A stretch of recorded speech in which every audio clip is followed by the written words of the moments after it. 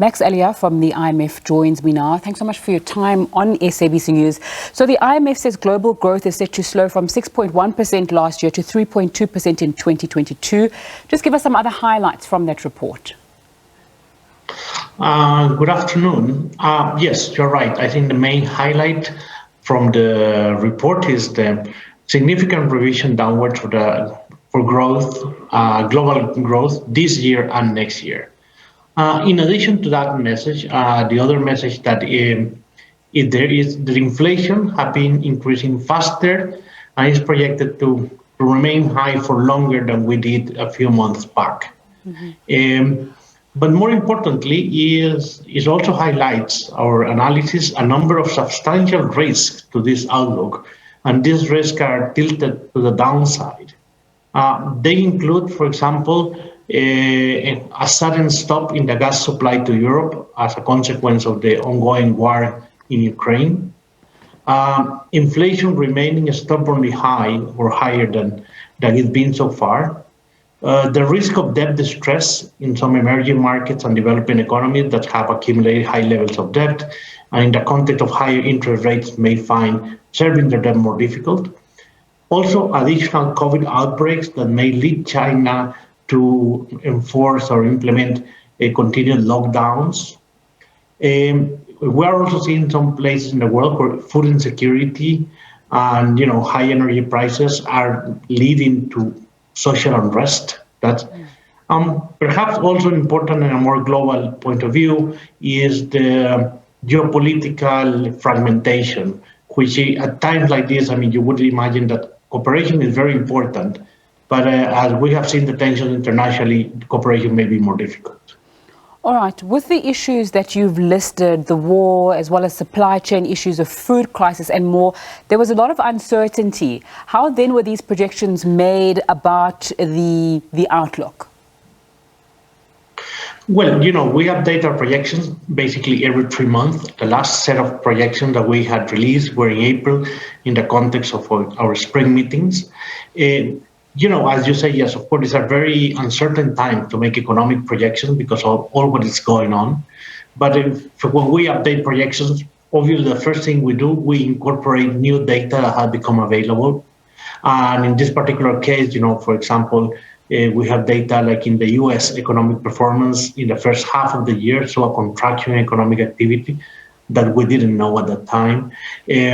We have also seen the repeated outbreaks of COVID in China and the lockdown that have been in place. We also have the new data on inflation. But in addition to the new data, there are new policies, are updated economic policies that have been implemented over the last 3 months. And we see, for example, the Federal Reserve and the European Central Bank withdrawing the monetary stimulus faster than was expected at that time. So all these elements are incorporated. But again, yes, these are highly uncertain times. Projections are not the easiest time to make predictions.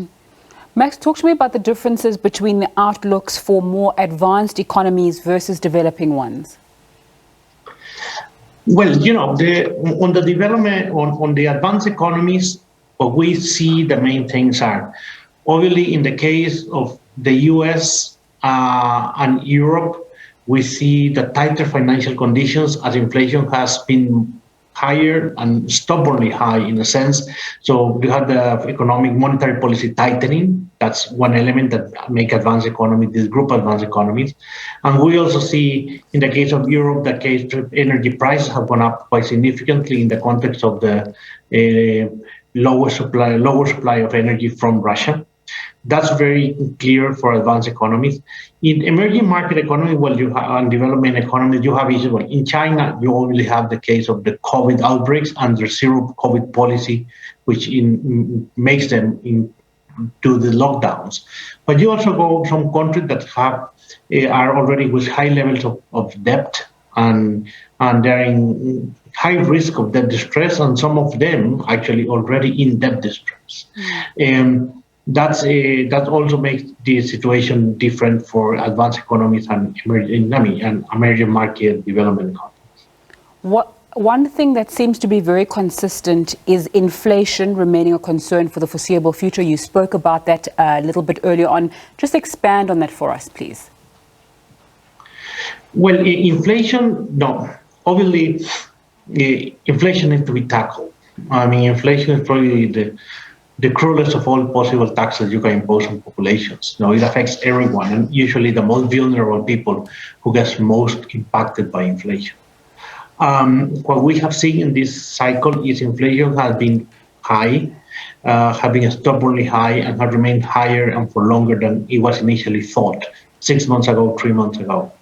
Going forward, well, we see already that central banks are reacting to that. In the case of advanced economies, they have been withdrawing the monetary stimulus.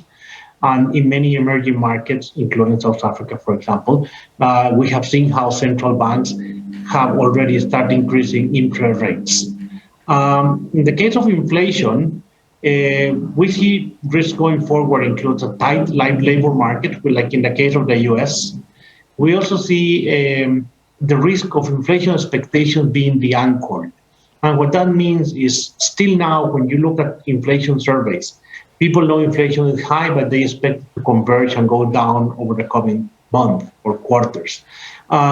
If people start not expecting inflation to come down, that will make it very difficult to bring down actual inflation. And then also, there's the disruptions that have been on with the supply chains and those things that can really, if not fixed, that will make even more difficult to bring down inflation. Max, we've spoken about so many challenges that the world is facing when it comes to economic outlook. Very briefly then, what policy priorities need to be implemented in order to avert a crisis? Well, I think the very first priority is bringing back inflation to the targets the central bank have set for themselves. In the meantime, there are calls, and important calls, to support the most vulnerable, but I want to highlight most vulnerable part of the population that have been affected by the food and energy prices. But this needs to be done in a way that is, partly because there's not so much fiscal space to do that. The government has very financial room to do this. So this support to the poor need to be done either paid with higher taxes or by cutting other expenditures. Otherwise, the task of the central bank will be very difficult to bring down inflation. In the case of emerging market and developing economies, I think it's very important for the world to really develop improve the debt resolution mechanisms for those countries that are in debt distress. These mechanisms have been slow and have been unpredictable, and it is important to work on these two fronts. I think some important progress is being made now in the context of the G20's common framework. Also on domestic prices, again, all support needs to be focused on those needing the most. And policies that distort prices and resource allocation need to be done very carefully to avoid also, corruption and rent-seeking activities and groups that may try to take advantage of these kind of policies. And also in terms of climate change, it's important not to forget climate change, the challenge of climate change. Because of the energy situation in the world and energy prices, they're having a bit of refocus on the use of coal, but we know the damage. So this reversion to coal to some extent need to be temporary, so that the climate change goals are not forgotten and efforts continue to be made in the space of renewable energies. Max Alia, the IMF resident representative in South Africa, thanks so much for your time on SABC News this afternoon.